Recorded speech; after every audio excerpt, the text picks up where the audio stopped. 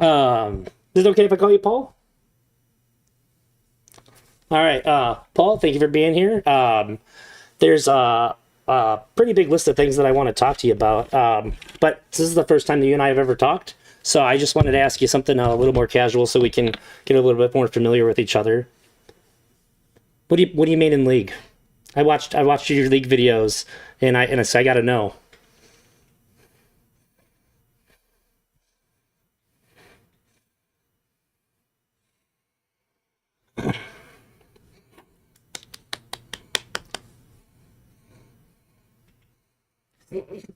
Yeah, no way. My ex-wife played so much Warwick. Yeah, that was before the rework? Okay. Oh my God.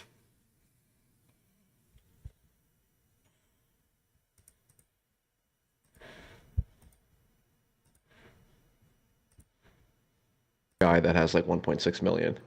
Um, Although that was prior to the Volibear rework, which the new one sucks because the whole point of playing Volibear was his passive that restored like 40% health. That makes Um, sense. yeah, The old Warwick, he was like his point and click, his Master point Yi. and click, baby. Oh, I know. I had to stop playing him because I can't hit skill shots, so I couldn't hit his ult anymore. I was like, this is too fucking difficult. Fair enough. I it came up last night, so I just had this handy. Uh, Nobody likes this, but that's my main is Timo. That's true. Nobody does like that. Yeah, Timo and Riven are probably the what would you even call when it? The he's not I good. don't know. The pariahs, the scrubs. Yeah, The Timo one is a meme. The Riven one is also a meme. It's all meme. Look, to each their own, right? yeah, that's fair. So all that stuff aside, get out of that. I started watching some of your videos. I think you caught my interest when you talked to Destiny. You talked about Candace Owens, and you were kind of sticking up for her a little bit. Yeah. I thought that was really interesting because I would say I generally don't have a super high opinion of a lot of the things that she does, and you seem like a reasonable guy. So I sort of perked up and started paying attention to what you were saying. And by no means Sure. do I agree with all of the things that you've said, but I find it pretty rare in this online space where reasonable people say things that seem like really out of left field, Okay. or at least you kind of you had a pace that you were going on, and that seemed to contradict sort of like an ideological identity that you had sort of been Okay. laid out What did prior I to that. what did I say specifically that you would categorize as out of left field? I can't remember offhand, but it was just the in support of her. But prior to that, I would say that you sounded fairly left leaning, and then I didn't quite understand your position as a centrist at Yeah, that time. I said Candace Owens says some true things, which is Uh, true. that might have been the thing too, and I was just like, Yeah. that's a weird thing to I know. hear Well, to somebody even say. right to even I know that and that. Well, I would say that's part of the problem is to say that Candace Owens to say that she says true things. That's problematic. It's like no, it's not. That's just a fact. It's like saying the sky is blue. Candace Owens absolutely says some true things. She also says some batshit insane things. I don't. Did you see my champion spotlight of her? Yeah, yeah, The yeah, Candace Owens. Okay, so clearly I'm aware of all the crazy shit she said. She gave yes, me plenty of fodder for that video. But yeah. that doesn't change the fact that she absolutely says true things. I guess it seems like when somebody says something like that, they're loading up for like a crazier claim. Usually, like if somebody says like Okay. Hitler had some good ideas, and then they go and talk about something that has nothing to do with Well, war or the Holocaust, and like that would be a big surprise rather than to hear them go on like a Nazi tirade. Do you know what I mean? okay, I get that point. Those are not even comparable though. To No, compare no. Candace Owens to Hitler is I just it's just I this is get the the most point you're hyperbolic making. example I can think of. It's just that usually when somebody takes a controversial figure and says something like they gives them a point. So I think that to Okay, I me mean that's fair. Sure, yeah, I accept that. that was kind of the way that I thought. I think that that conversation made you a believable centrist to me. it made me a believable centrist. A lot of people As say opposed to- centrist, and they're really just conservative. Like they have like almost no left-leaning values when they say that. Yes, like Dave Rubin. Yeah, sure. A lot of people. Yeah. And so I guess I'm curious, how would you differentiate centerism from like somebody who really wants like bipartisanship? Well, I consider myself, first off, really at the end of the day, I'm a PF Jungian. That's the only label that I could ever truly identify with. I like attaching myself to centrism when I feel like I can make the point that I want to make with it. I prefer to call myself a radical centrist, if anything. And a radical centrist is the arch enemy of the radical centrist is the moderate who just wants to uphold the status quo. I want an accelerationist revolution where we have a second constitutional convention and we go back to the drawing board and say, all right, what are the things we obviously keep? Like the First Amendment, Second Amendment, whatever else. I'm sure we could, what do you call? IDA. That's why you have a convention on it. Sure, all the good amendments. But then go back and say, like, well, we need a mandatory civil service because our society is so utterly stratified by class, clearly as of late, that we need some common touch point for all Americans, regardless of who you are and how rich your parents are. So I would love that. And a moderate would go, no, we need to have we need to have bipartisan legislation. And don't get me wrong, moderates, they do a lot of work. They keep the lights on. And it is a very common danger to think, oh, every, milquetoast Republican or Democrat does absolutely nothing. It's like, no, there's some good reforms, small things, incremental change that they do. But by and large, I think we need sweeping changes in certain areas. Is this like a real desire, or like in a perfect world I would want this? Do you think that's something that could actually happen and then like take effect? Because to me it sounds like for a long time I was a libertarian, and then I realized like these ideas could work, but the entire system would have to come down. We'd have to start fresh. True. If we implemented them today, it would be an utter disaster. It would be a nightmare scenario. So I kind of wonder if that would be the same kind of deal. I think that the possibility of a nightmare scenario is not zero at all. I think that, the power grid could go out for an extended period of time at any given moment. I mean, we're on the verge of war with Iran, and if they hit us with combined with Russia and China with all of their cyber warfare capabilities, the idea that there's 0% chance that the power goes out for an extended period of time is, I think, beyond ignorant. So, things could go poorly. And in the wake of that, things going poorly, it helps to have a motivating vision. So do I think it's probably going to happen? Probably not. Nothing ever happens, as I don't mean as it's says. probably going to happen. I mean, do you think that this is something that could functionally take place without sort of dissolving the foundation of our federal government? Yeah, I think to where so. It can still stay standing? Yeah, you can have serious reforms take place in a short period of time without the destruction of society. And if we did that, what would be some kind of constitutional amendments that you would? Because you're kind of, I'm kind of with you. Like we'd have to kind of suss out which things to get rid of, which things to keep. Yeah. But then, what would you want to see implemented? What are the civil service for everyone? Like mandatory 2 years. Yep, mandatory 2 years when you turn 18. You do 2 years of, and you wear a uniform every day, 3 hots and a cot. And you do community service and shit. And it doesn't have to be military, I don't think. It shouldn't probably be. It should be civil service type stuff. Even if you have bone spurs? I'm just kidding. Sorry. I couldn't help myself. Bone spurs? Yeah. What are bone spurs? Oh, I was making a joke. Donald Trump got deferred from the draft because he had bone spurs. Oh, well. I have an ouchy foot. That's fair. As someone who sat out track because of shin splints, I'm sympathetic to that. Shin splints suck. I know. Listen, I'm sure bone spurs do too. But yeah, so that's just one. I think amendments around transnational corporations and the degree to which they have to abide by U.S. law. We need to have formal laws and amendments potentially around social media and stuff like that.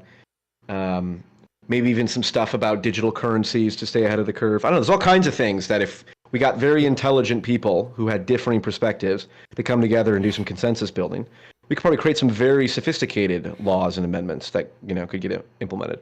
So is this desire for like a second constitutional convention more to shake things and like stop being locked into what we already have to just try something better with like the information and technology that we have today? Then are you just the idea that it has to be able to be better than this?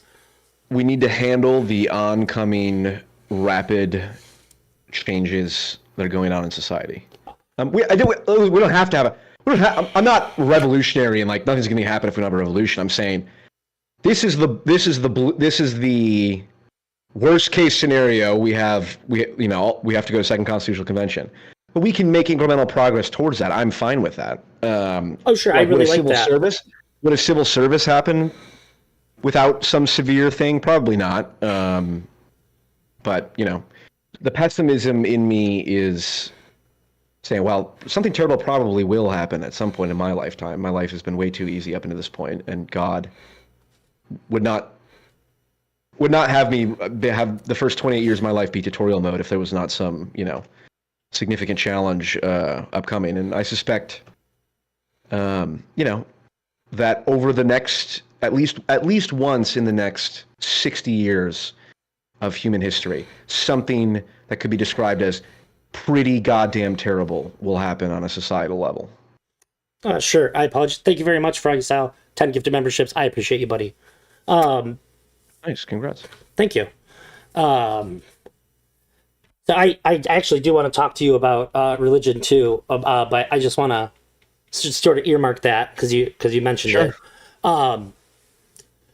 So I don't think that that's a terrible idea. It's probably not the first idea that I would have come about to it. I think in order to do that, we would need bipartisanship. I had a panel. I was on a panel a little while ago about bipartisanship, and it was crazy to me to see that even the people that said yes were like, yes, we should, but only so that we can get it was very much like what I want centered.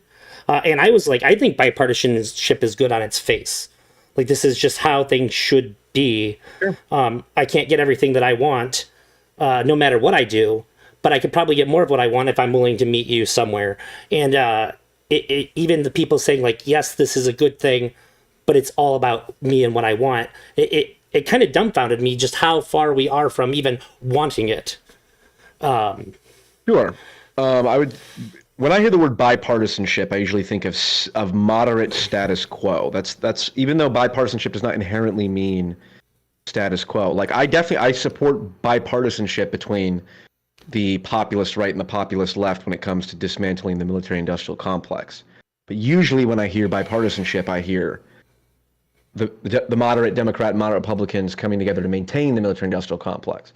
So bipartisanship, even though the definition of itself is not inherently like maintaining the status quo, that's usually the connotation that certainly I feel about it. So that's why I'm somewhat against it. But in principle, no, of course, unity. Bring the reasonable center together and take the best ideas from the far right and the far left and integrate them into our radically centrist philosophy. Because the far right and far left absolutely have good ideas. The far right and I'm not a huge fan of, well, I guess it depends on what you mean. I tried explaining to one of my friends the other day. I think there's like the left, the right, there's the far right and the far left, and then there's like the extreme ends. Because I think that there's things that are pretty outside of what would normally be the left and the right, but that I wouldn't consider extreme. Do you see it like that when you're saying far left and far right, or are we including like these extremists on the ends as well? Yeah. Well, I would say so. Almost without exception, although there are exceptions because there are schizophrenics, but almost without exception, anyone on the far right or far left, however far out there, is going to be in possession of truths that they are planting their flag on. And I think it's important to rob them of their few good points, because often they only have one or two good points that they latch themselves onto, and then 90% of what they say is nonsense bullshit. So I think, well, if you want to defeat the extremists, you rob them of their good talking points. It's like for example, going back to Candace Owens. Like Candace Owens is correct about, well, for example, today, I think it was today, she just did her video about the USS Liberty. I think the USS Liberty is a true historical event, that Israel attacked a U.S. vessel, and we basically covered for them because we, how do I put this? Because we are very much significantly influenced in our foreign policy by Israel. It's an objective fact. Sure. And I would say we're influenced too much by Israel, to the degree that we're borderline getting sucked into wars in the Middle East that we have no business being in. In fact, most of the wars in the Middle East we've been in are because Israel dragged us in. And so when Candace Owens says those things, I go, that's correct. It is true that Jewish supremacy is a real problem in Israel. There are Jews who chant death to Arabs, and their ministers are in government. That's a problem. Those people are as bad as Hamas.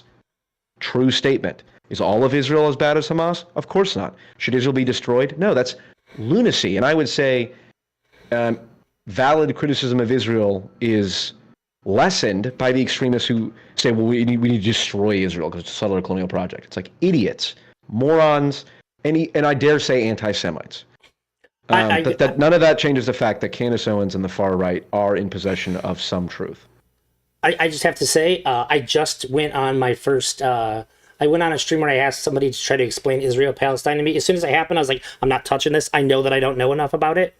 And I just sort of stayed willfully ignorant so as to not speak out of turn about it. Perfectly reasonable. And now I'm going into it, trying to find people that really know what they're talking about, letting me ask them really critical questions and question the things that they say to try to figure it out. I'm not quite there yet, but I will say that when Israel does something that is clearly the United States doesn't want, we kind of soft-spokenly ask them to chill and don't do anything about it.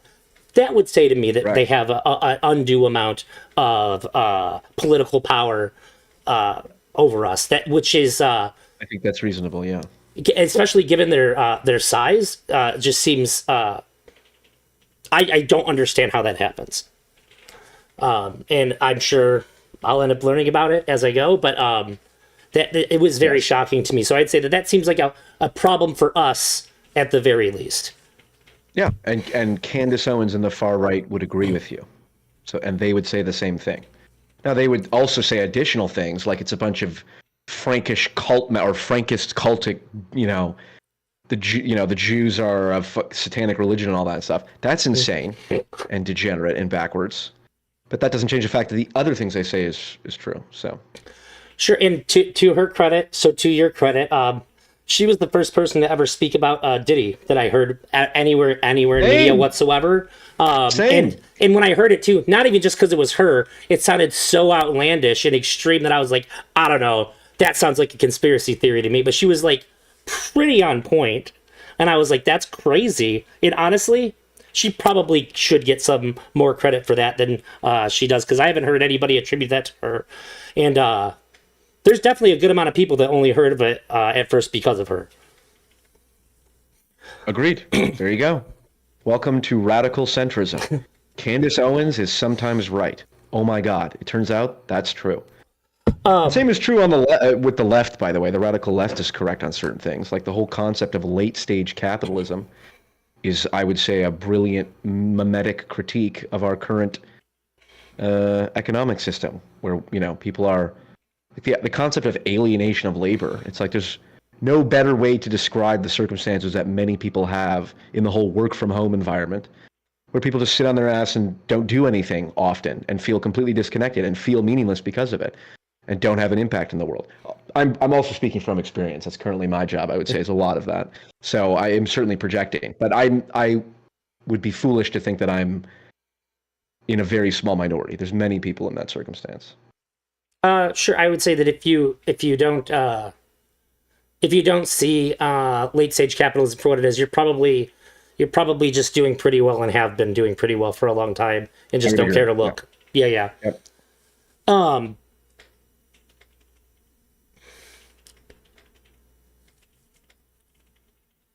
I'm trying to think of where I want to go. Well, I guess It's about since it's religion? since it's on my mind, I watched a debate that you had with Andrew Wilson, and before I had to start moving and stuff, I've taken a little bit of time off of streaming to get everything ready for my move, and then I moved a couple states over. I was doing a series where I was debunking how Andrew Wilson debates because I think it's a perversion of debate. I like good debates. And he just sort of uses cheese strats to just win, to say that I won, even though nothing happened at all. And I'm curious what you would think about. I think if I were you, the way to shut him down, which is he had such a elegant sounding bullshit argument for what Christianity is. It was the master. Basically, it can only be interpreted The one way. machine argument. Yeah, Yes, it's known as Wilson's machine argument. yeah. I enjoyed that a lot. In fact, the guy I was working with was a very devout Christian, and I was feeding him little tidbits of it as I listened to it while we were working. Nice. I think that if you're going to go down that route, this is sort of my. I'm like 60-40 agnostic. I think it's slightly more likely that the universe didn't come into creation from nothing. There's just a bit too much for me to think that fully. But I think that if the Bible is inspired by God, it can only be one thing, which is the Christian God would have inspired the Bible to be written, that no matter what mistranslations people has, which versions come out, that any person who's seeking God can pick up the Bible and get exactly God's message to them in that moment. That particularly crafted for God at the point of the inspiration of the writing of it. And if it's not that, then it's not of the Christian God, because nothing could possibly show the glory of what the Christian God espouses to be more than that. That would be the greatest feat ever accomplished, save for the creation of the universe itself. To inspire one text that could translate to every single individual person at an individual level, to where you got exactly that meaning at that moment. I think that's the only thing that it could possibly be. Because if you say that it isn't or it can't be that, then that would be to demote the Christian God from the status to which the Christian God espouses to be. Okay. So I would say that this would have to be like if there is only one correct interpretation of the Bible, it would have to be that. Sure. I think I agree with you, and that was sort of my criticism of Andrew. Yeah, he's saying that if there's only one way to interpret it, which he is certain that it is, then it has to work this way, which I feel like it worked at this one point in time, which is dumb. Basically, makes the Bible a dead text. Yeah, he makes the argument that it's for apostolic succession, which means there was one interpretation of the Bible and it got passed down to, I guess in the Eastern Orthodox, I guess it'd be all the bishops or something, or the pentarchs or whatever the hell it's called. But yeah, that debate was about Christian nationalism, and his thing was you can't make moral claims without appealing to objective truth. You have to ground your claims in some objective, unchanging truth. That's how all of his debates go to. All of his debates go through. Yes. You have to have objective morality, God. Yeah, it's called presuppositionalism. Yes. It's a type of argumentation. Yep. Yeah. And so that was what that discussion was about. I actually have a philosophy PhD coming on my stream to participate in this series in saying much bigger and fancier words than I can some of the fallacies that he engages with when he does this. I don't know if do you know Perspective Philosophy? Have you ever seen him or heard of him? An Irish guy, or he's British, Scottish, British? Yeah, he recently, English. Like in the last year and a half, became Catholic, which I thought he was joking about because he argued against religion a lot. Sure. So I'm really happy to have somebody who's on the side of Christianity breaking down this bad Christianity argument. That's fair. I guess my question: what do you? Because I wasn't debating Andrew. I think you were trying not to, but he was kind of forcing you to. Well, no one can force me to debate. I don't believe so. There's two ways to look at it. On the one hand, I do believe in debate, in that I believe that you should be able. How would you say this? I believe that if you have strong opinions about something, and you make claims, but you aren't willing to have conversations with people who disagree with you, you're a coward. That's what I think. So on the one hand, I'm pro-debate. On the other hand, debate's the dumbest thing in the possible world, because how do you win a debate? And who wins a debate? I don't think of debate as about winning and losing. Mostly, sometimes for the memes, it can be a funny thing to engage with. But mostly, I would say that the purpose of a debate should be to further the intellectual progress of all parties involved. Yeah, well, certainly then in that case I won, and I'm sure many of my audience members won, because in my mind it was quite clear, and that's why it's funny that I don't know. I posted that 30-minute section, but the whole debate is like 2 hours. Yeah, I saw that one first, then went back. Yeah.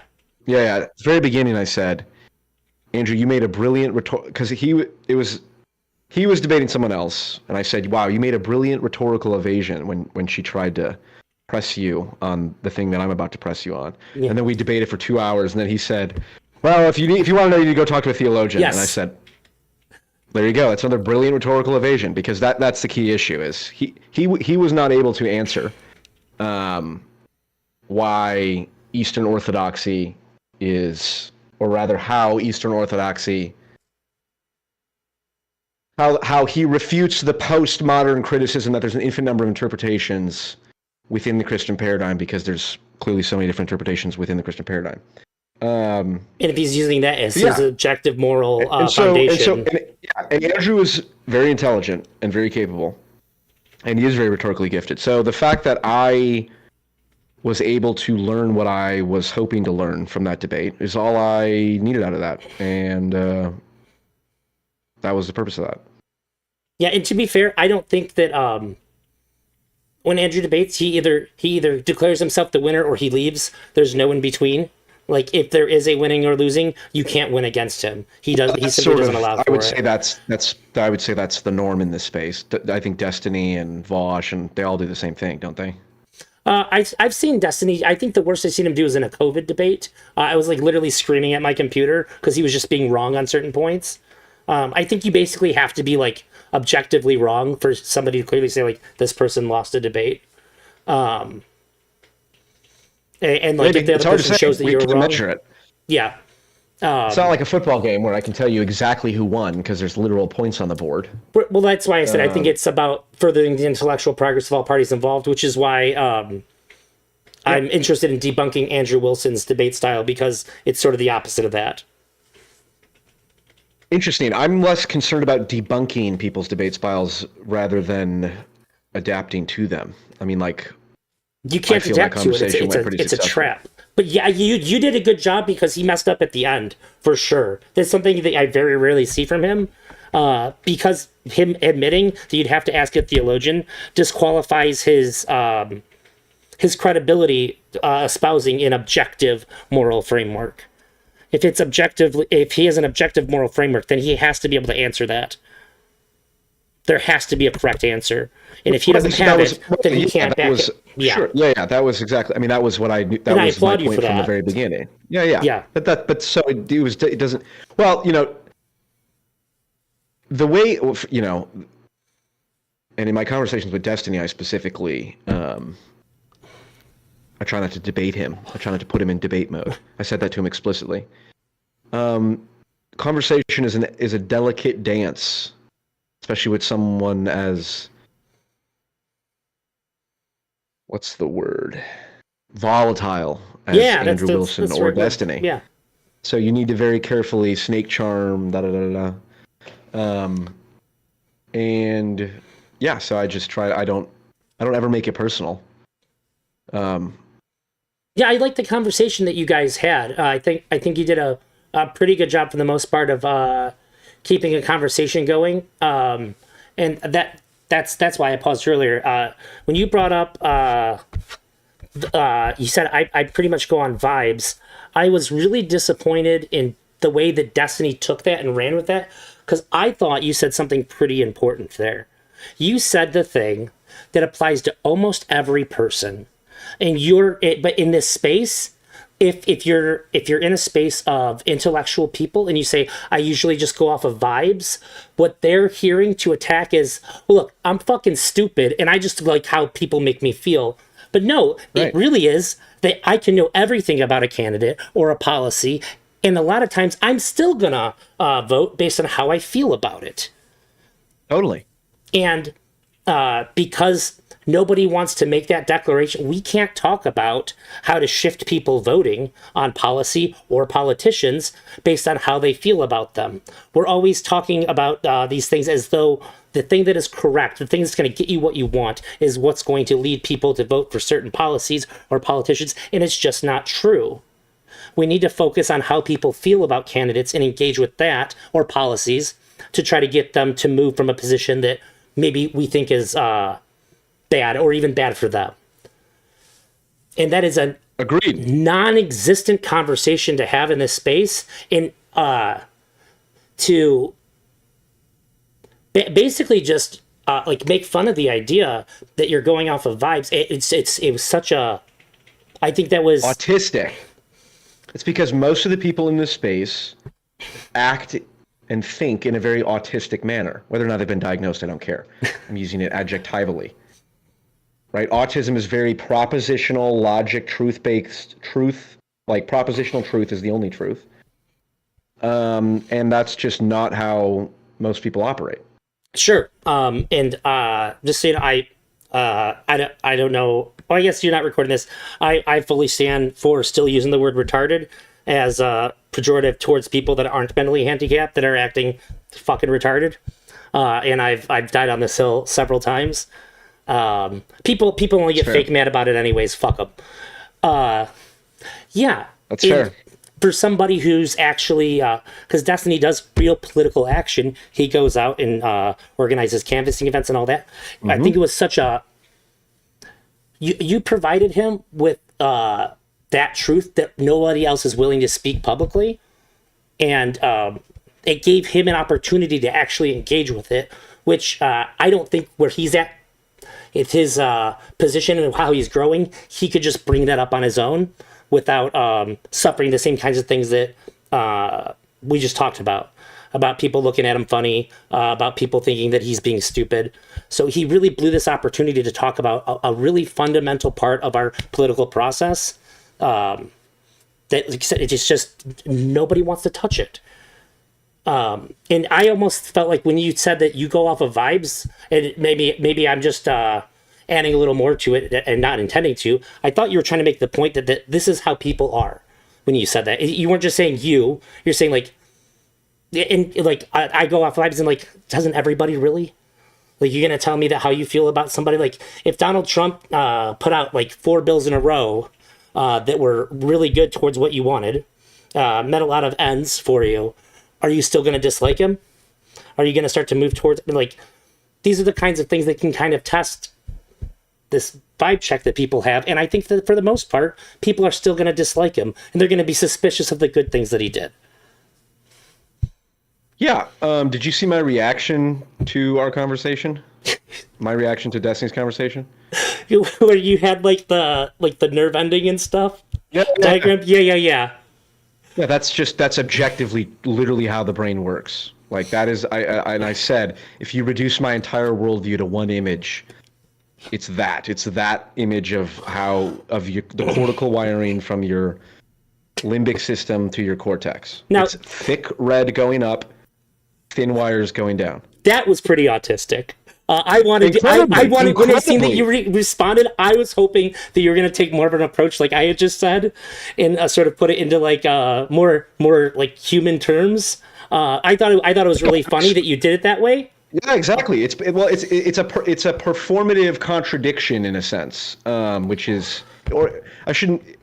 It is that, but maybe a better way to describe it is it's an interesting paradox of like, my claim is, listen, it's all vibes, baby. It's all intuition. I don't really like, a shit ton of information is immediately injected straight into your brain within like a quarter of a second of seeing somebody, right? So as soon as you pop into the stream, okay, it's like, all right, he's gamer, he's got his hat. It's like, okay, I knew he was going to ask me a lead question at the beginning. It's like I mean, it's There's also the problem of it's not as simple as just vibes versus facts, but like using facts to explain this process, it's like that's an interesting paradox. Wait a minute, it's all vibes, but he's making a very non-vibes case for that. Yeah. Right, and so I think that is, and I think there's value to that. I think people find that intriguing, and rightfully so. It was really entertaining. Incredible. I was just hungry for you to really drive home like the super valid point that was sort of left hanging there in your discussion with them. But I don't hate what you did. But I was just like, oh wow, he's going down that route, and I thought it was funny. I really enjoyed it. I appreciate it. But all right, what else do you think I'm wrong about? What are some stuff I've said that you disagree with me on? That's the most interesting stuff.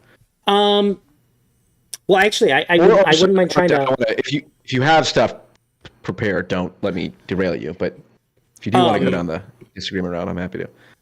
So I was gonna try to probe some of the stuff about your. I wanted to sort of get a map of your enlightened centerism, or what do you call it? Enlightened centerism. Okay, enlightened. I thought you said you call yourself as something earlier. Yeah, PF Jungian. There we go. Yeah. So what would be the like? Show me an example of like you're opposing. This thing's more left, this thing's more right. Can you kind of try to like build up this centerism for me with like policy positions that you would take? Yeah, sure. The correct opinion on every political issue. Continue. Correct opinion on every political issue is a synthesis of the conservative position and the progressive position. So you pick any issue. Pick any contentious political issue nowadays. Give me one. Abortion. The right is absolutely correct that it is fucking insane that there are anyone even suggesting that abortion should be allowed after or during the third trimester. That's insane. Correct, everyone agrees, correct. Oh, it's a small number. It doesn't matter, it's a small number. That fact alone is correct. Okay. The left is correct when they say it's actually fucking insane that there are people who want to charge 18-year-old girls with premeditated murder for taking an abortion pill. Sure. Because technically the moment a sperm fertilizes egg is a person, and so if you premeditatively act to kill that person, that's first-degree murder. That's worse than second-degree murder, which is like if I come home and I see my wife cheating on me and I shoot the guy that she's with. So what the ultra pro-lifers, their logic demands of them is that if a 18-year-old girl takes an abortion pill, she needs to go to prison for longer than someone who shoots someone like at a bar fight or something. That's fucking insane. Okay, so that's insane. That's insane. What's the correct answer? Somewhere in the middle when it can be reasonably thought to feel pain. I don't know. Somewhere between 12 to 18 weeks or some shit like that. There's a gray area, but it's certainly not all the way at the beginning, and it's certainly not all the way at the end. So this certainly isn't something that I was gonna bring up, but since you said get me anything, how do you feel about what about animal cruelty? What about animal cruelty? I am against it. I prefer not to be cruel to animals, like factory farming. Sure, yeah. I think that people who have the means have an ethical obligation to use their money to create the economic incentives to scale sustainable, non-cruel agricultural practices. Well, do you think that we have a responsibility to regulate the animal agriculture industry into having like less cruel means of production? Okay. Yep. I do say I would say axiomatically humans are worth more intrinsically than animals. Sure. I'm coming at that from a kind of. I've heard people say this, but if your friend came into your house and he like punched you in the arm, you're like, you fucking dick, and you probably wouldn't even hit him back. You know what I mean? Unless it was like super aggressive. But take that one where it hurt your shoulder. If do you have a dog? If somebody like punched your dog like that, like if somebody punched my dog like that, we're fighting. I'm kicking you out of my house, and I'm either you're beating my ass or I'm beating your ass. You don't hit my fucking dog like that. Sure. Well, that's because you view your dog as more valuable than most humans, which is kind of because it's like part of your family. So, yeah, she is. So that's So that's why that's the case. But intrinsically, she doesn't have more value than a human being. But this is fundamentally a religious claim that I'm making. So I'm not defending it logically. I'm asserting it axiomatically. Okay. But like on immigration, should we have open borders? No, that's the dumbest fucking thing in the world, despite the fact there are intelligent people who advocate for that. People who I regard as having very good ideas otherwise. Like Yanis Varoufakis. He was the former finance minister of Greece. If you type in Yanis Varoufakis, he's way more popular than Destiny on YouTube. He's got hundreds of thousands of videos on reviews on all of his videos. He says he doesn't believe in borders. Borders are a sign of failure of the human species, he says. Yeah, but we're all that's failing insane together, to me. Yeah, well, that's insane to me. I think Bernie Sanders is correct. You don't have a nation without borders. Not only that too, it's a logistical nightmare to have none. Yeah. So, okay, obviously open borders is ridiculous. Some humans are illegal if they're in here illegally. And what's the conservative position? No, white ethno state. Okay, that's also fucking dumb. What's the correct answer? Strict border security with a reasonable pathway to citizenship. Oh my God. Enlightened centrists, would you look at that? Yeah, I would probably agree with that. Everyone would, because anyone with any common sense would agree with radical enlightened centrism. All right, that's the point. How about gun control then? Explosives should be illegal for you to buy. You should not be able to buy C4.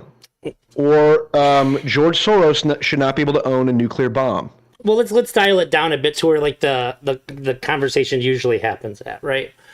Okay. Well, I'm giving you I'm posting these frames, right? Sure. Obviously, like heavy machine guns with like 50 caliber armor piercing rounds, like on a Gatling cannon or a fucking minigun. Do you think the bump stock should private citizens be able to own that?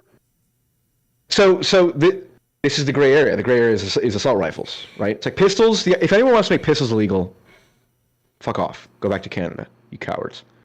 Okay? If anyone wants to make explosives legal, like I should be able to buy an RPG with no license or anything like that, also fucking stupid.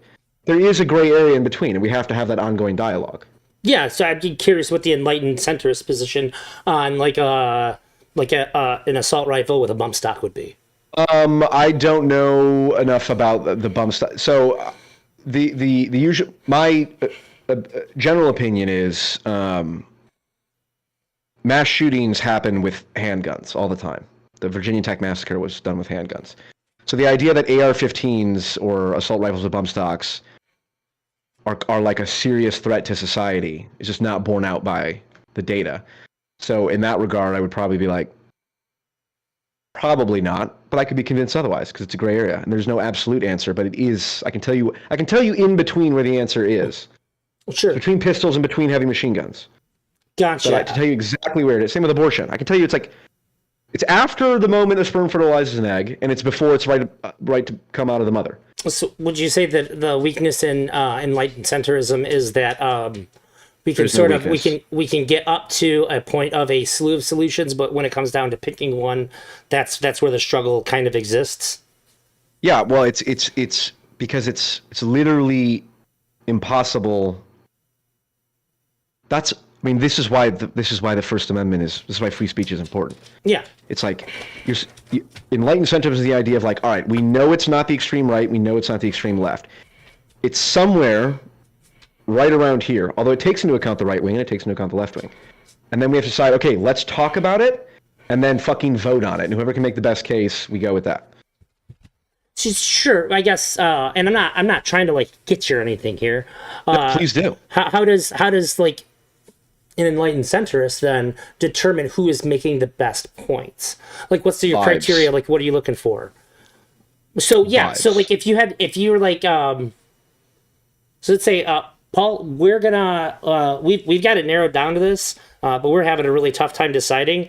What do you think should be done about, let's say, background checks or like mental health checks, background checks, bump stocks? So, like, where do you land here? How much should we be restricting gun control? I think you're the tiebreaker here. I'm the tiebreaker? Yeah, we got all these people saying all this stuff. You're the enlightened centrist. What I would do is I'd go, all right, who are the two smartest fucking people who are the most rhetorically gifted, most credible individuals, who are also morally sound individuals? because that's important too. I want to have people of good character. So who are the people of good character and good intelligence on either side? The three of us will sit at a table. I will, Joe Rogan style, ask them questions and have them talk to each other. And then I, solely using vibes, not solely using vibes, but no, actually solely using vibes, I will evaluate the conversation, weigh the different opinions, and on the basis of vibes, make a decision. That's how I would do that. No, I think that's actually really interesting, because I think that it is important that we talk about the way that people's feelings engage with the way that they vote and push for policy, pick politicians and all that. But I think that when it comes down to the actual making of policy, that's when I would rather see a sort of facts and logic sort of take over here. Because Totally, I think agree. that it's, but you're saying that as an individual, that's just what you're going to be left with? Yeah, I put also in that need to figure position. out a better way to communicate, because it's not a dichotomy between vibes and facts and logic. Facts and logic and vibes go hand in hand. Just sure. I think we're on the same page with that. I just Yeah. wanted to hammer down that, like, when it comes to, I want, it doesn't matter what I want. I know that the average person is going to vote with their feelings above all else. Correct. Even if they Well, know something is everyone- incorrect. yeah. Fair enough. I would say that even people who think they're voting on policy don't understand the degree to which their intellect is motivated by emotion. Yeah. Because even their starting point of where they're going to start to evaluate it is usually going to come from some emotional place. And that's going to frame Totally. how they view all the information as well. Absolutely. Yeah. In fact, I would actually say that there. I have to think about this, but I don't. I think all facts are based on vibes. You can't. Although that's a very yeah. I mean, I could make that. That's not a good way to communicate it, but I think that's true in the way that I'm defining those words in my mind. But anyway, I go would say ahead. that I think that the truth ends up vibing out to be true most of the time. Yeah. When there's like objective facts, like if you go outside and it's dark, you're gonna feel like it's dark outside. You're gonna know and also feel like you can't see as good as you did in the daytime. Yes. Yes. Sure, I'm totally with you there. So I should have asked you this already, and I didn't. Somebody in my chat brought it up. What's your position on transitioning? And I know nobody agrees that children should be getting any surgeries performed, save for like the most crazy people. And I myself, as a parent of a trans kid, I was just like, look, if you want to take hormones, we got to go to a therapist for a year. I need to be involved with therapy. I got to talk to therapists. I got to have all the understandings of everything that's going on. And I need to make sure that you understand what's going on. And my kid was a teenager at the time. And they never even went that route. So that was just something I didn't have to deal with. It was something I had to think about for a very long time. But if they said anything about surgery, I'd be like, absolutely not. No, I can't sign on to you doing that, because I see the decisions you make every day. Kind of dumb sometimes, as you should be. So save for like the super far issues, like I've heard you say, basically, we take for granted that adults can make these decisions for themselves. So like, let alone kids. Do you agree that adults can make those decisions for themselves, right? Yeah, of course. And I Okay. think anyone who says otherwise is politically useless, like Matt Walsh. No adult should be able to do this for anyone. It's like, okay, try getting that passed through Congress, you fucking idiot, because you'd have to make body modification in general illegal. There's an argument to be had about whether or not health insurance should pay for it. And I don't know. Like I said, I take it for granted that Oh, that what would that adults. criteria be? This is the problem with all. Well, I didn't know if it would edge boil cases. down to cost.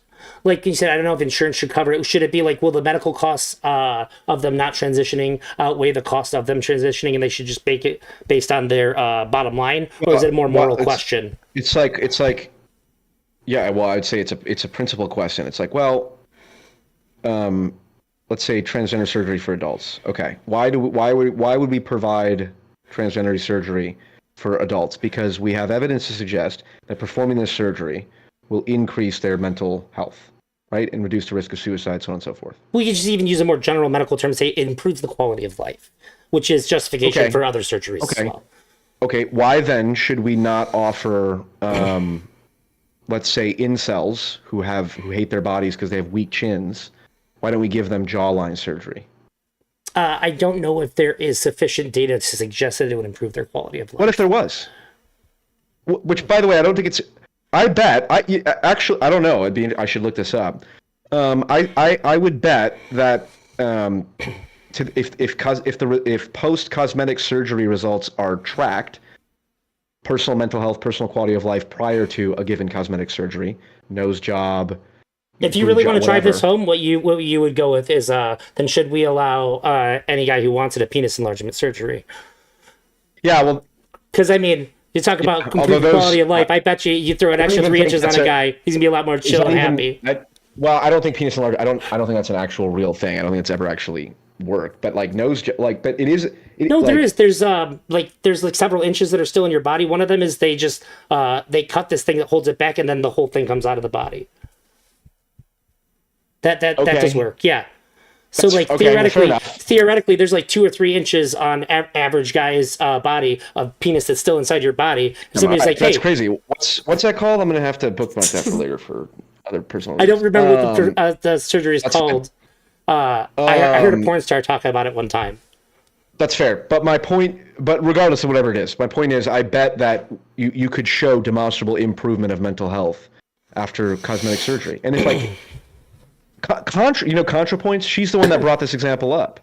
Like, well, incels literally fucking hate their body. They have body dysmorphia. So we could give them surgery to change their jawline to make them match what they think they should look like.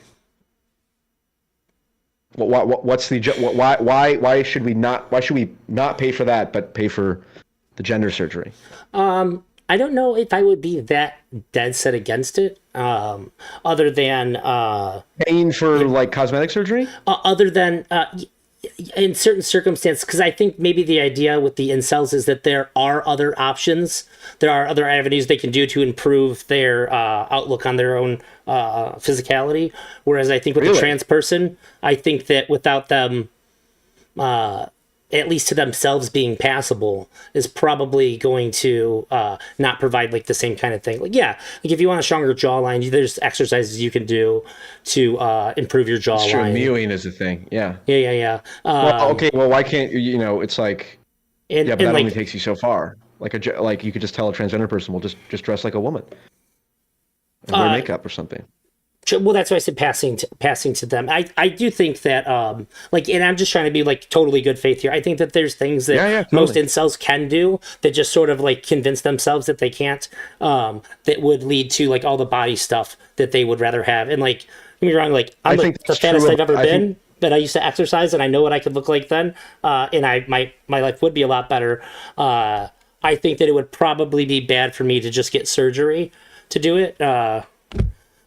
Instead of me doing that, because there's a lot more that goes along with acquiring that kind of physique when you do it yourself that builds up the kinds of things that you're lacking when you're hating yourself for how you look as well. Yeah, well, that's fair. You could also say that, well, transgender people shouldn't seek your self-esteem, like you, just as incels can learn not to tie their self-esteem to their physical appearance, theoretically a transgender person could learn not to tie their self-esteem to whether or not other people think they pass. Actually, there's a former streamer. Well, I can still stream sometimes. Have you heard of Mr. Girl? I am familiar with Mr. Girl. Yes. He's made the argument that that the problem that trans people face isn't something to do with them; it has to do with the rest of us.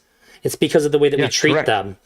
So that if we just treated trans people in a way that didn't make them have to reflect on the things that they find horrific about their bodies, it would improve their quality of life significantly, potentially just as much as surgeries and all that. And I think it's a pretty hard argument to disqualify. However, he made a similar argument about people with ADHD. And I think that asking all of society to change their behavior is just something that it's just not going to happen. So then we have to seek other avenues to find success in trying to improve the lives of these individuals. And again, I have absolutely no problem with that. Let's just call it body modification being allowed. You can't legislate against that, nor should you. But but I don't know about. I don't think health insurance. I don't. Not in all. I think maybe. I don't know. I'd have to learn more about these arguments, but I can certainly see both perspectives of health insurance shouldn't really cover this, and health insurance should because gender dysphoria is a documented thing. We have a 100-year diagnostic history, starts in childhood. Okay, fine. I don't know. Yeah, that's what really moves me too. Is just like the immense amount of documentation on this really does push me in the direction of saying like I think some people probably need it. There seems to be a lot of things that suggest that. And unlike most people, I debated with somebody for 2 hours that what's it called? IDD, like multiple personality disorder. I was like, it's not real. And they're like, what would it take to convince you? I was like, well, if it was in the DSM, then I would just concede immediately, like, oh, it is. And they sent me a link. I was like, oh shit, I was so wrong. Like, well, you should have led with that. That's crazy. That is a... Now, it functions differently than how it's presented a lot, though. Yeah, well, I would also say that's because it's in the DSM does not make it true. Homosexuality was considered a mental illness not that long ago. I think, but it was still something real. 70s. Well, sure, no one would dispute that there are people who want to, present as the opposite sex. Yeah, that's what I'm saying. So with the DSM has dissociative identity or dissociative identity disorder, DID. Yeah, that's the thing. Is that real? It's like, well, my thing is it real or are they performing because of other trauma that they have? Well, this is like, there's different schools of psychology and psychotherapy. Like Jungian psychology, I went to a therapist who was more on the, when you're a therapist, you're trained in multiple schools. Yeah. And he told me this. It's like, there's difference, like, psychoanalysis does not deal in the DSM at all. Right, that's just for it's diagnostics. It's with complexes, like you have a God complex, you have a Oedipal whatever it is. Like you have different complexes, like trauma that happens in childhood, which then manifests later on. And it's not like we'll apply a medical label like we would a cancer of some kind, because it's not how the mind works. The mind, correct. Treating the mind as having diagnosable diseases like the body is. To me, it's like intuitively right off the bat, like this doesn't make any sense because the mind is so infinitely more complicated. Obviously, yeah. Those diagnoses are real insofar as they have utility. So if I diagnose you as having schizophrenia, and then that helps me provide you a medicine which then reduces your symptoms. Okay, then yes, that's why it's good we have a schizophrenia diagnosis, because certainly if I had schizophrenia, I'd prefer to have those pills than talking to fucking demons.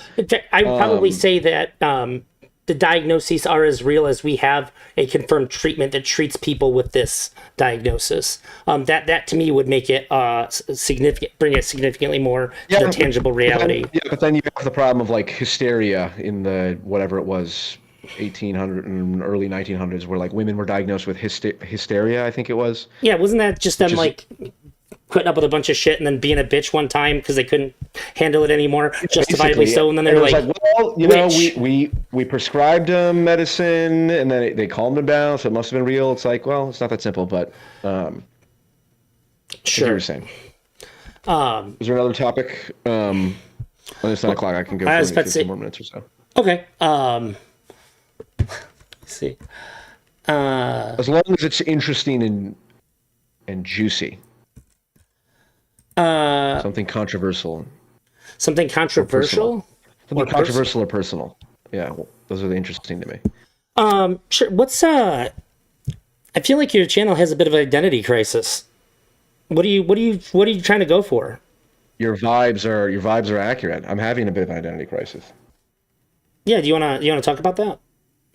Yeah. So I think you're an interesting person, but I don't really know how to frame you in my head, because you go, you're like super memey, and then sometimes you're super serious, which kind of makes it hard to track your content as a whole.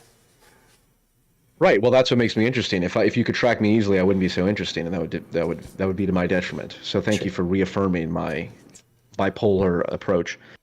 I don't give a shit about Republicans and Democrats politics. Like, that doesn't matter to me. It's not that it doesn't matter to me. I don't like talking about it. There's nothing I can say about like Democrat and Republican active daily politics, play-by-play politics, that is of any consequence. I enjoy the sociology bend. I view myself as an educator of sorts.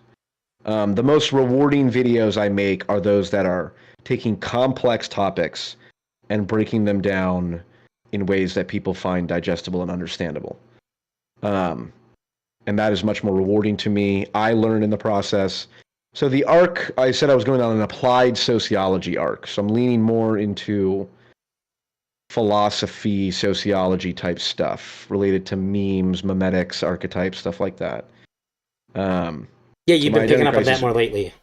Yeah, which is why, and I'm kind of like, enlightened centrism, radical centrism, and all this. It's like I said, those are terms that I will use when I feel like it makes sense in the context that work. And I do identify with those terms. But, it's like... Do you have a hard time balancing? Those are political, those are connotative of political shit, and I don't care to talk about that as of right now. Sure. Do you think that it's hard to balance the...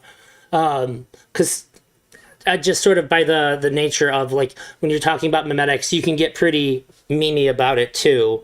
And you muddy the water quite a bit as to what you're saying, not just because of the words, but because you're sort of shifting in and out of, like, joking while also being serious.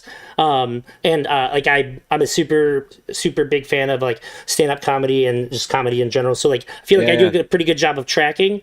But I know a ton of people who really can't track. Like, a lot of people don't know when I'm joking. Like, if I choose to go really dry, they have no idea, even though they've known me for like 15 years. Do you know what most of those people probably are? What's that? Autistic. That is. That's one of that's one of, like, the hallmark signs of autism, is not being able to pick up on sarcasm or irony. Or am I just over delivering in that's the another performance possibility. too? Yeah, maybe that's possible. But which is kind of what I'm wondering with you. I like to blame other people if I don't get the point across. So what were you asking? That's kind of the heart of the question here is, do you find it hard to balance this approach with the effectiveness at educating people? Yeah, that's why I quit streaming. You asked me earlier why I quit streaming. And it was not because Destiny brigaded me too hard. Those fools could never break down the gates of enlightened centrist land. But when you're streaming, poking the bear. But like, I know when you're streaming and you have a bunch of chats and people are reacting, it's like it's very easy to get in this, like, oh, okay, I'm an entertainer on stage right now. Like, I'm putting on a show. I mean, that is what it is. It is a show. Like, hey, I'm putting on a show right now, and I'm taking questions, and I'm like, and it's like, that's not, that's the hardest. That is when I felt the most like this is not healthy for me psychologically. So that's one of the reasons I stopped. It's much easier to do in videos, or in conversation. Like, I'm not looking at the chat. It's just you on Discord or whatever. It's a lot easier to, I'm a pretty personal person. I can vibe with most people. So I get that. It's one of the few strengths I have. I'm terrible at almost everything, but I can acknowledge my few strengths when I do have them. So no, I don't find it that, like, I don't find it difficult to navigate conversations with Destiny or Andrew Wilson or any of those people. Like, I think that's the only thing that I'm good at in terms of, for me, for what I'm trying to get out of it. People will get pissed about all kinds of shit, but it's like, that is not the benchmark for success. The benchmark for success is, am I honestly pursuing my interest in this conversation? And generally I'm doing that. Sometimes I'm not, and those are boring to me. Like, to be honest, towards the end, like talking to JJ, when we would just go over, like, political news of the day, it's like, dude, I don't care. I'm just putting my opinion out there. Yeah. And when I don't care about something, I can kind of, like, I can revert into too much sarcasm and shit. And it's like, well, it is difficult because I don't know who's watching my videos, and I probably don't treat this with the level of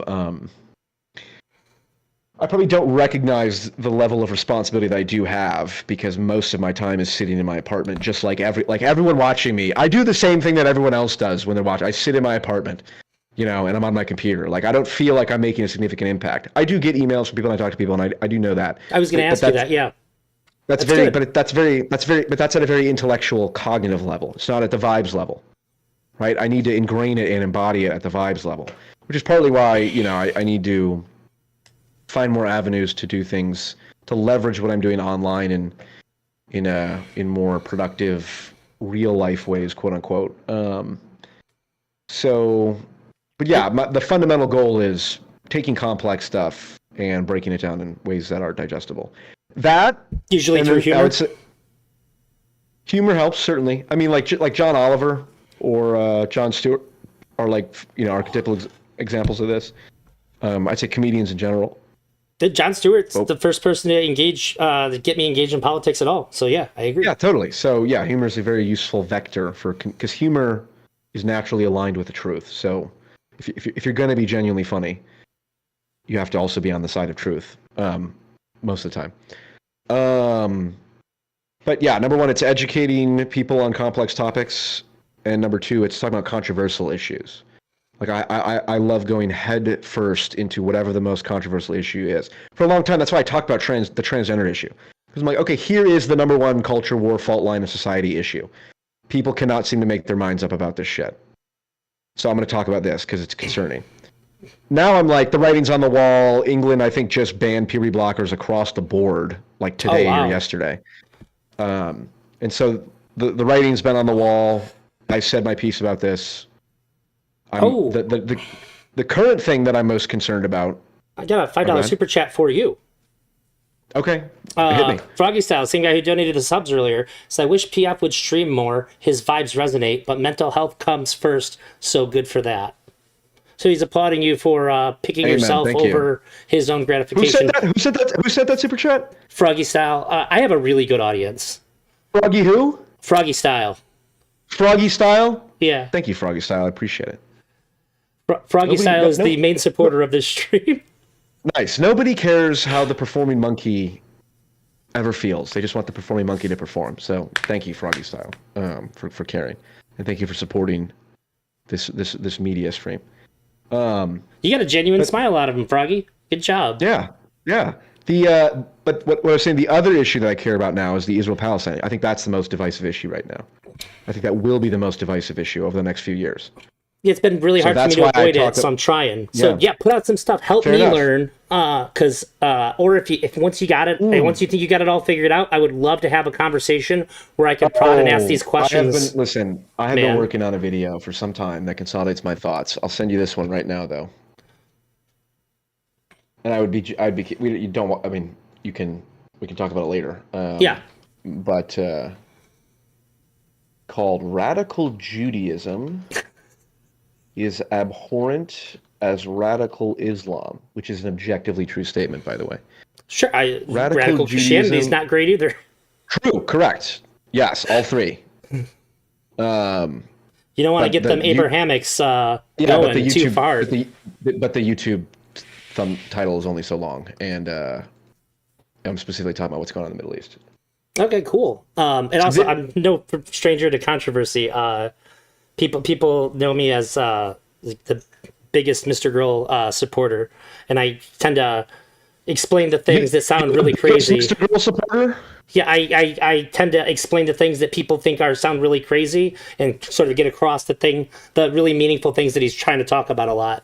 That's fair. I mean, I watched the whole Mr. Girl arc with Destiny. I'm familiar with. He's also I would say he's a vibes based. Like part of his success was. I get frustrated with him when I ask him because him and I have had a lot of conversations, and I'll pin him down something. You're like, that's just what I think, and I'm like, fucker. Which is fair. When you try to talk to him, the best you can do, and what him and I typically do, is we try to get to understand why the other person disagrees with us, and that's winning. That's what winning is in that conversation. If I at least understand why you think the thing that I think is wrong, that's awesome. That is how I would say I operate as well. Yeah, I think that's actually a lot more fulfilling than crushing somebody in a debate. I feel like Totally. I gained something out of that. Yeah, well, I don't know. I mean, you have to have relatively low self-esteem to get value out of. Man, I feel like I achieved something by crushing someone on the internet today. You know, it's like I think there's like when it's like in the creator space, like if somebody's like talking a lot of shit about something that's important to you, there can be like a kind of feeling good sport about it. But at the same time, knowing that like I'm still cool with you too. yeah, and I you know I get like it's not like It's like we're I playing mean kind of. I'm yeah well I mean also in part projecting about what I'm saying about because that's certainly I you can go back and like some of my older videos 2 years ago like you can see me getting genuinely mad on the video. I still get genuinely mad sometimes, and it's just like there's almost no not there's no excuse for that, but it's like it's just that's a sign of something that's a sign of a problem if you're getting genuinely upset now like if you're on like a big debate and someone keeps cutting you off it's like that's just basic you know it's like someone poking me constantly like that's a different type of thing but like getting mad about the topic itself I noticed myself doing that I was like okay this is a problem I'm too terminally online I still am too terminally online but I have at least something to show for it to some degree is how I justify it to myself. That makes sense. There's been very few times where I've like flipped out on somebody, like even if I wasn't planning on debate, like we end up debating, and I always see it as a symptom of just how bad faith the person is. That's at least what I say because I'm exceptionally good. I really try to meet people where they are. So if I say like if I blow my top, like this person was crazy out of line. Yes, I can tell. Yes. But there probably is some part of me that's a little I got a couple screws unloose that are just getting rattled too hard as well. We're all a little loose if we're turning on a camera and talking online. Is that video that you're sending me? That's a public video you have, right? Yep. Okay, I'll probably go over it on stream and so that way I have like my own notes. Right. Perfect. I'm compiling a more another version of that. I mean, that was like a year ago. I'm compiling a more detailed video about Zog. Have you heard of Zog? I've heard the word. I think J-Rag. All my dogs hate Zog. Zog stands for Zionist Occupied Government. It refers to the degree to which Israel has the United States foreign policy makers by the balls. As you had pointed out earlier about how we tell them, please don't invade Rafah, then they invade Rafah. We don't do anything about it because you guys we toned down the suck missile their strikes. eggs.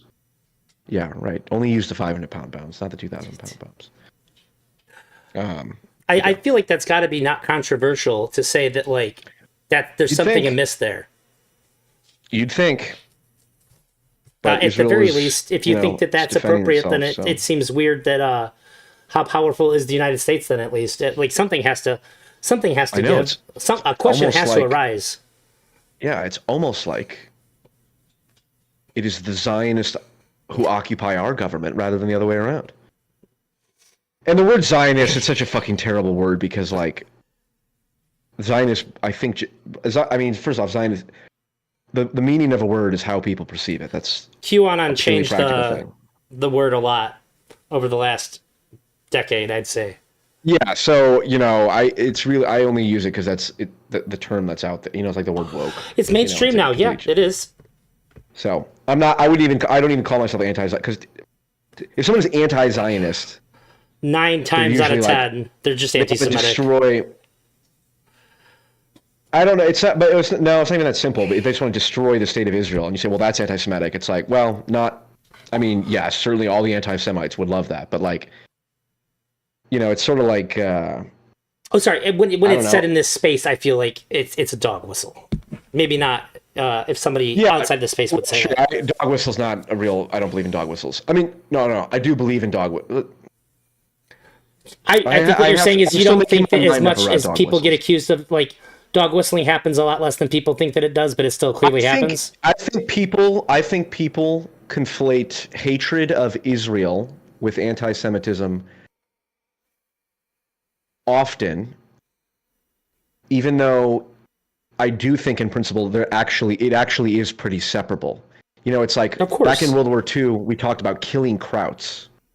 We talked about killing Germans. It's like, oh my God, you're anti-German. It's like, no, we're anti-Nazi because the Nazis are in charge of Germany. We're not fundamentally opposed to Germans per se, but we are opposed to fucking, we'll happily kill Germans and call them Krauts because they're the enemy right now. And that's how that's how the fucking Palestinians view Israel. So it's like, we hate the Zionists, we hate the Jews. It's like, well, that's because the Jews are the ones who are killing them, in massive amounts. So it's That like, was well, one if of the the questions Krauts, that I had. if the Germans were bombing our fucking streets, we're like, well, we fucking hate the Germans too. It's like, oh my God, they're racist. It's like, no, if Israel was not killing all the fucking Palestinians, I would strongly suspect the number of times that people say they don't like Jews would go down. It certainly would not be zero, because there are people who axiomatically hate Jews, and those people are fucking degenerates.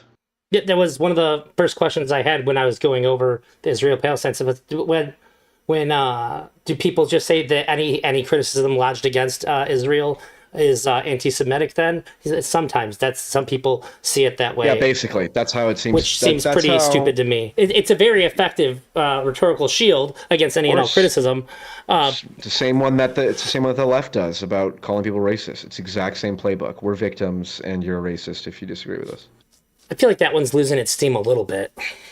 Well, it's fun. This is the interesting thing, because I agree with you. It is losing its steam, and yet now the super pro-Israel side is trying to adopt it, and I don't think it's working. And so even though Israel has a lot of currently entrenched power politically, I think there's a strong undercurrent of no, fuck Zog.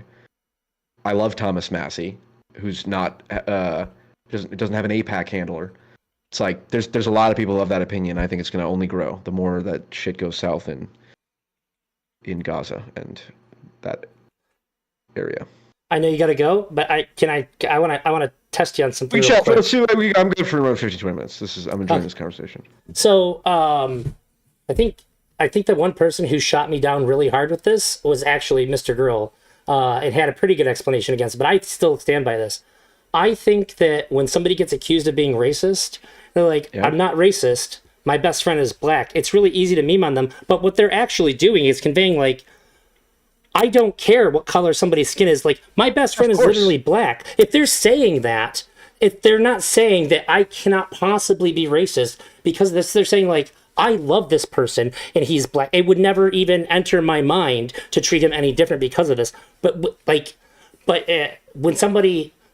it's such a social faux pas to do. If somebody slips up and says that in earnest, then we attack them. I feel like we radicalize that person against the side that's probably just aligned with them right then. Yeah, I agree. I think that's a Sam Harris in his conversation with Chelsea Handler. Like, I don't know how many years ago this was, 5, 6, 7, said this exact same thing. He's like, I don't know who the fuck came up with this meme that if you say I'm not racist, I have black friends, like that's something that should be mocked. It's like, that's actually pretty good evidence that you're not racist. It's a good measure. Yeah.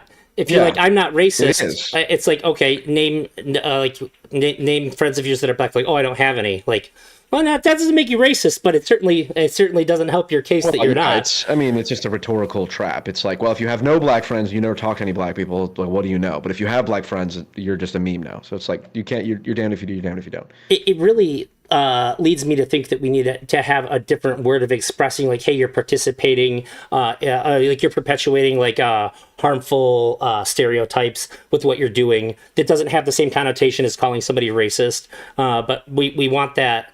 I think that people care more about punishing people than they actually care about the people that they're espousing to be attempting to protect when they're doing this. Agreed, yes. That's fair. Well, I'm really... It's nice to hear somebody agree with me on that, because I've definitely gotten some weird pushback on it. Some pretty good pushback on it, too. But I think that... do you think that this is a similar thing that happens in the Israel-Palestine conflict? That people say I'm not anti-Semitic, I have friends who are Jewish? Well, or just that somebody tries to present the evidence that they're not anti-Semitic, well, because they want to criticize Israel while wholly being not they don't have an anti-Semitic bone in their body. And it's basically to the point where there's nothing they can say because they've already lodged the criticism. to absolve themselves of being anti-Semitic.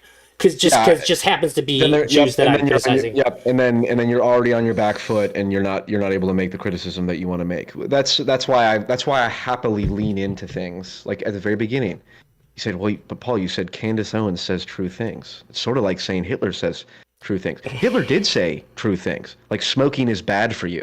I think what the meme. First off, I think he was a vegetarian. Yeah. Right. So like he was against animal cruelty. Although I don't know what his reasons were for it. So maybe not. But like. The idea that, well, did Hitler have good ideas? It's like, well, I think in his 10-point plan or 15-point plan, it talks about creating a social safety net for the elderly. It's like, well, if you're in favor of Social Security, you're agreeing with Hitler now. So obviously that's true. Now, the point is like, well, it's an edgelord thing because, for example, I could say Hitler had good ideas, and he obviously did, like what I just pointed out with the Social Security thing. And so I can say that and mean it in that way, but someone else, an edgelord, can say the exact same thing and then try to sneak in like, yeah, Hitler had good ideas, like fucking. And we're very conditioned to expect the thinly veiled Nazism to come out. Correct, and that is the mimetic advantage of that kind of post-irony type thing, or irony of like. Hitler had good ideas. It's like, well, if you don't know who I am, and you don't know any of my beliefs, and I don't give you any indication after I say something like that, then you have no reason to. Because I'm expecting that you're bald underneath that hat. Yeah, correct, right. And humans have a negativity bias, so they're naturally, even if it's 50-50, I'm going to go, well, I'm better off if I assume that you're a fucking Nazi. Because what kind of person? Right. What kind of person who's not a Nazi or who's not an anti-Semite would come out and say Hitler had some good ideas and not follow it up? Me, because I'm one of the few people who are actually capable of operating in this level of post-irony and undermining the actual autistic Zoomer Nazis. Do you get using their own tools? Do you get really mad? It bothers me a lot when people go like, well, there's no reason for you to use that example then. Like, I can use whatever example I want. It doesn't mean that I'm whatever you're going to label me as. There's really no way for anybody to come back from that because everything is so charged. Agreed. Do you have any other controversial or personal? I was just questions? Curious if any of the ways that you're sort of digging deeply into memetics, is there any? Do you think there's any like memetic way to combat that? Because I get really, really frustrated if you can't say something that is, in order to elicit the kind of response that you're targeting to have a good conversation. Sometimes you're just automatically going to put yourself in a spot that you can't come back from for that message to get across. Like if you were going to say Hitler had some good ideas and then to like make a broader point, and like, well, the only reason you use Hitler as an example because you're trying to seed some anti-Semitic thing in there, even if there's none in there. Do you think there's any like memetic ways to push through that and like still be able to come out effective? 100%. Yes. You have to meditate on what you honestly believe. So like I ask myself this. You know, my first conversation with Destiny, he asked, "Wait a minute, are you a Nazi?" And it threw me off. You could tell. I was like, because immediately what went through my mind is like, wait, there's 10,000 people watching this. What if this gets clipped? Blah blah blah. You know, I lose my job, all this different shit. So then I was like, okay, it's a good exercise. Be like, if someone calls you racist, you'd be like, well, fuck, maybe I am. Like, if I'm criticizing Israel this much, like everyone I criticize seems to be Jewish. If they're for Israel, like what? Fuck, maybe I am anti-Semitic. And then you think about it and go, wait a second. What does anti-Semitic mean? It means you hate. Actually, I don't really. People would dispute what it means, but you have strong negative feelings towards a certain race of people. Yeah. Right? Jewish people. It's like, okay. I love Dave Smith. I love Norman Finkelstein. I love Adam Friedland. I love Gabor Mate. You can just say I love stand-up comedy. You'd be covered. No. Well, but the point I'm making is meditating on that specific accusation of like, no, like if someone asked me like, Paul, do you hate Jews? It's like, how could I hate Jews when I love Dave Smith and fucking Adam Friedland and these people that much? Or Brett Weinstein and fucking all these other people or whatnot, Eric Weinstein. And I'm pretty sure Eric Weinstein, I I've actually never heard Brett even once talk about Israel, so I don't even know where he stands on it.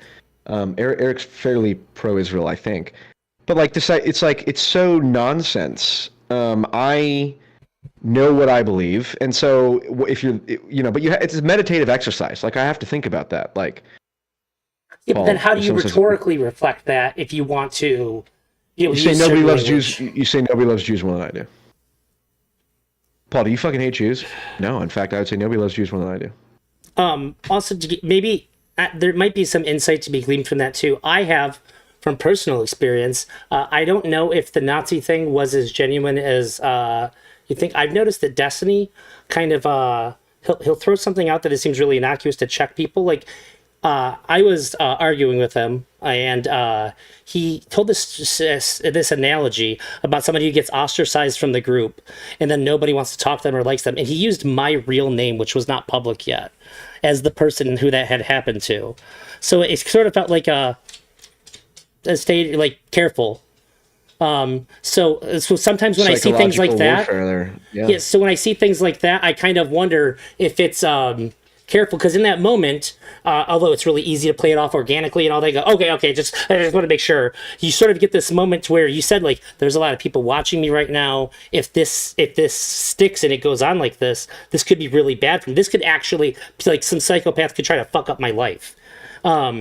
So I do think it's impossible for me to not consider that as a tactic that he uses, when it was like literally my name. In my name, it's public now, Jamie, which is not very common. It's a pretty rare name to just use. Do you know that he did this on purpose? There's no way to know, right? But it's just him. It's a remarkably uncommon name to throw into your analogy, where you're like, a person is getting punished for not going along with things while I'm not going along with things. Do you know what I'm saying? Maybe, yeah. And even like in that conversation, you can see, like, 'cause that's what made me think of it. You were like, you could tell, like, I was shocked. Like, I just, like, stopped. Like, I think I just froze for like a half a second, and like I couldn't react too strong because I didn't want anybody to know my name at that time. But yeah, so I it's something to keep in mind when you talk to people of that size. Sometimes I notice that there's like a little bit of a power check in there. Yep, at least you should consider consider the possibility there. Yeah, I did a lot of mental prep work before talking to Destiny the first time. I mean, it still caught you off guard. Yeah, well, that came out of left. We were like an hour and a half in the conversation at that point. But even at the beginning of the conversation, it's like he had seen my videos, but I know he had seen my videos before. I didn't know what he knew of me. I didn't know if he knew all the criticism I've made against him. So then, like, the first time I'm talking to him is me hopping on his stream with like 10,000 people watching, and it's like, okay, what kind of fucking playbook is there? Like, how do you introduce someone in that so many weird conflating factors there? Like, he doesn't like me. He's seen my videos. He thinks they're good, but it's like, I don't know what kind of mood. It's like, so the first like 5 or 10 minutes is just like, what's up? Like, hey, do you know who I am? Or, you know what I'm saying? And so, there's just no playbook for that. So, but I believe in playing the meta game. I'm not here to win any individual game. I'm here to win. You're here to win the war, not the battle, huh? Correct. I'm here to win the series of interactions. That's why I never.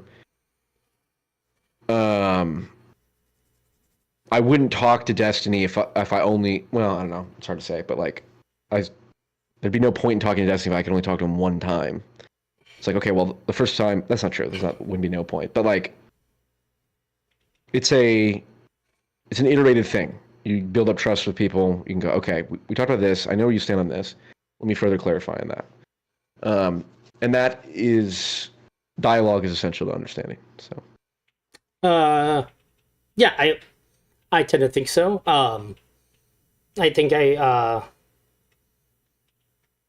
I think that I lose my ability to engage with people really well after they like outright lie to me in a conversation. Yeah, like that's a very normal human. Yeah, we're very good at spotting liars and cheaters, and we're very sensitive to that. Yeah, that's otherwise I think I'm pretty I think I'm pretty much on the same page as you. I just don't care to engage with that those kinds of people after that point, because then it's we're not doing the same thing anymore. That's fair. Well, I don't know you. You could be a psychopath, but as far as I can tell, you seem pretty I try to be a pretty chill, genuine in your thoughtful person. curiosity, and yes, and you're very chill. So appreciate that. I guess I have a lighthearted question for you to wrap up on, just because of the nature of your channel. Who's your comedic inspiration? Do you like stand-ups, or do you like just like general comedy, or what? I'm a big stand-up buff kind of guy. I like Dave Chappelle. Dave Chappelle's I like Bo Burnham. fantastic I choices. like.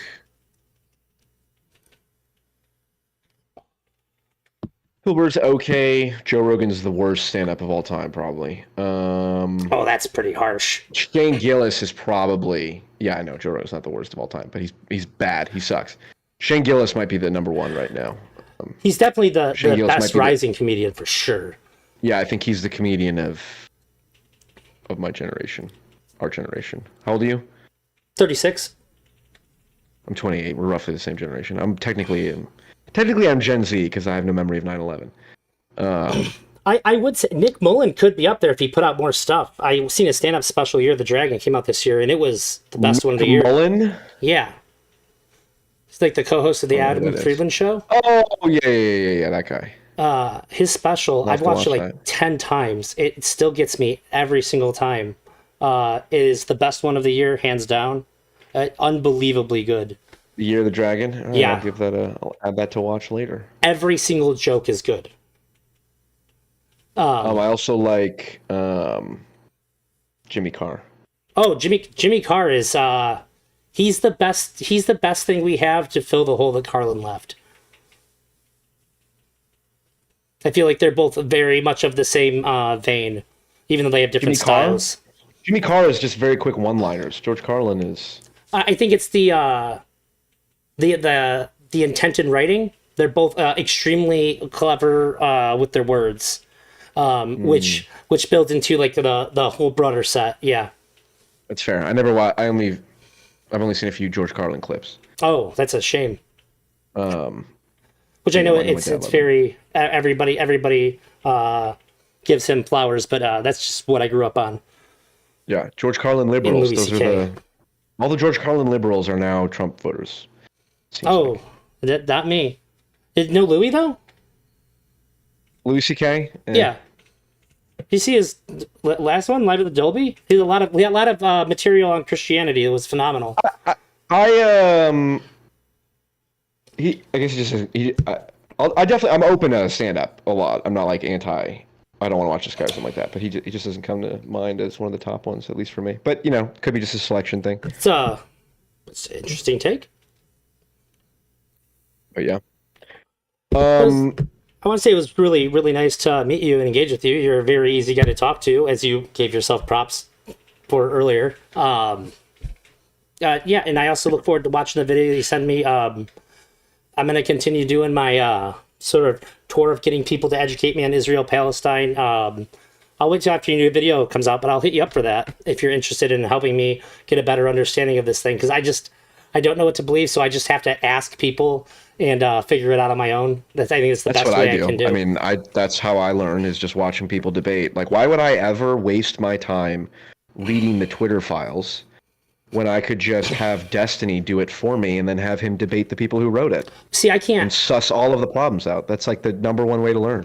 It's like the one subject I can't go off of debates. Either I have to be able to ask the inquisitive questions that pop up to me and have those issues resolved. Yeah, ideally, of course. Yeah, ideally. Yeah, I see what you're saying. It's the only way I'll engage with Israel, Palestine. Sure. I see what you're saying. Yeah, well, I don't know what to call it. I don't know what to be called yet, but it'll have Zog in the thumbnail. And I'll lay out all the evidence for why I have the opinions that I do. But anyway, I do gotta roll. Because I gotta shower. Thanks for giving me an extended conversation. Thanks for having me. Absolutely. Take care. Godspeed, Jamie. Peace. Peace. Learning facts via research is bad. That's not what he said. He said the honest thing, which is that how he feels about things is probably going to win out in the end.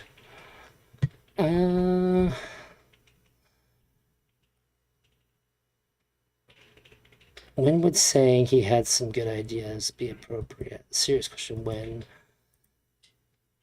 And you're all about reason.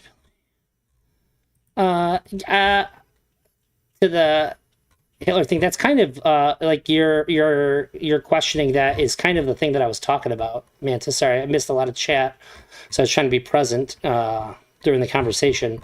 I think that we're just like really conditioned for that. That if somebody says something like that, that they're going to, they must have some sort of agenda to invoke such an extreme. Otherwise, it just wouldn't make any sense for them to do that. Let's see, is Roots, are you around? If Roots of Unity is around, oh, he sent me a message. Okay. He's running a bit behind.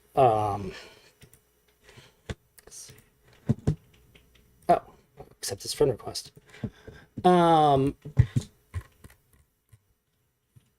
think then I'm gonna wrap it for tonight, and I'll pick up with Roots tomorrow. We'll talk about black holes and stuff, and go and plant some more seeds of people to talk to. I do want to learn more about Israel Palestine, but through my kind of like inquisitive way that I did with Wick.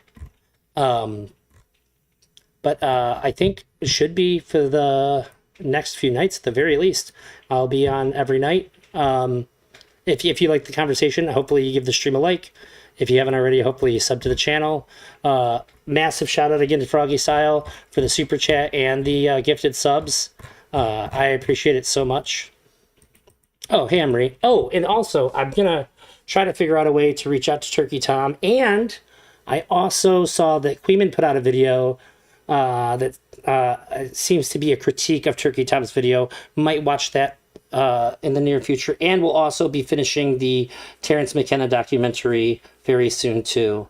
I'm glad you enjoyed the conversation. I had a feeling that it would be fruitful to talk to him. He seems like a pretty reasonable guy.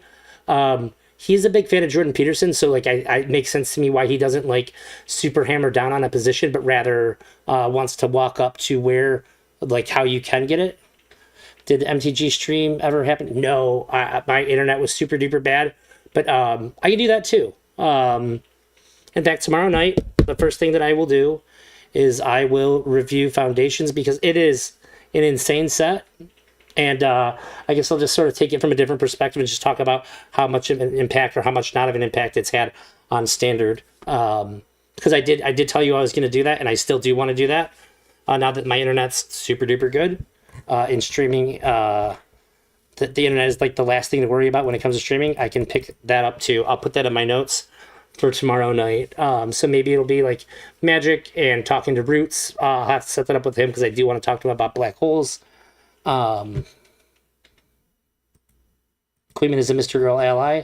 That's I just saw the thumbnail, so that's what I got from it. So I'm really interested to see what somebody else saw who isn't going to be anti Mr. Girl. So I think that most people watching that video are just gonna have like really just like uninteresting takes on Turkey Tom's video. They're probably just gonna nod their head and agree because like if you don't know. Like if you don't know the stuff that I know, it's really hard to call out anything because he frames it in such a piss poor way, to where I think that anybody is just going to come away disliking Mr. Girl, which, like I said last night when I watched it too, I think that there's a lot of ways where you can actually, in good faith, talk about what happened. If your goal is to make people not like Mr. Girl, I think a lot of people still come away not liking Mr. Girl. I don't think that you have to lead people that hard to your conclusion to do that. So it makes it feel extra dishonest when he does that. At worst, you can chalk it up to like laziness. At best, you can chalk it up to just him being like lazy and how he's trying to present it.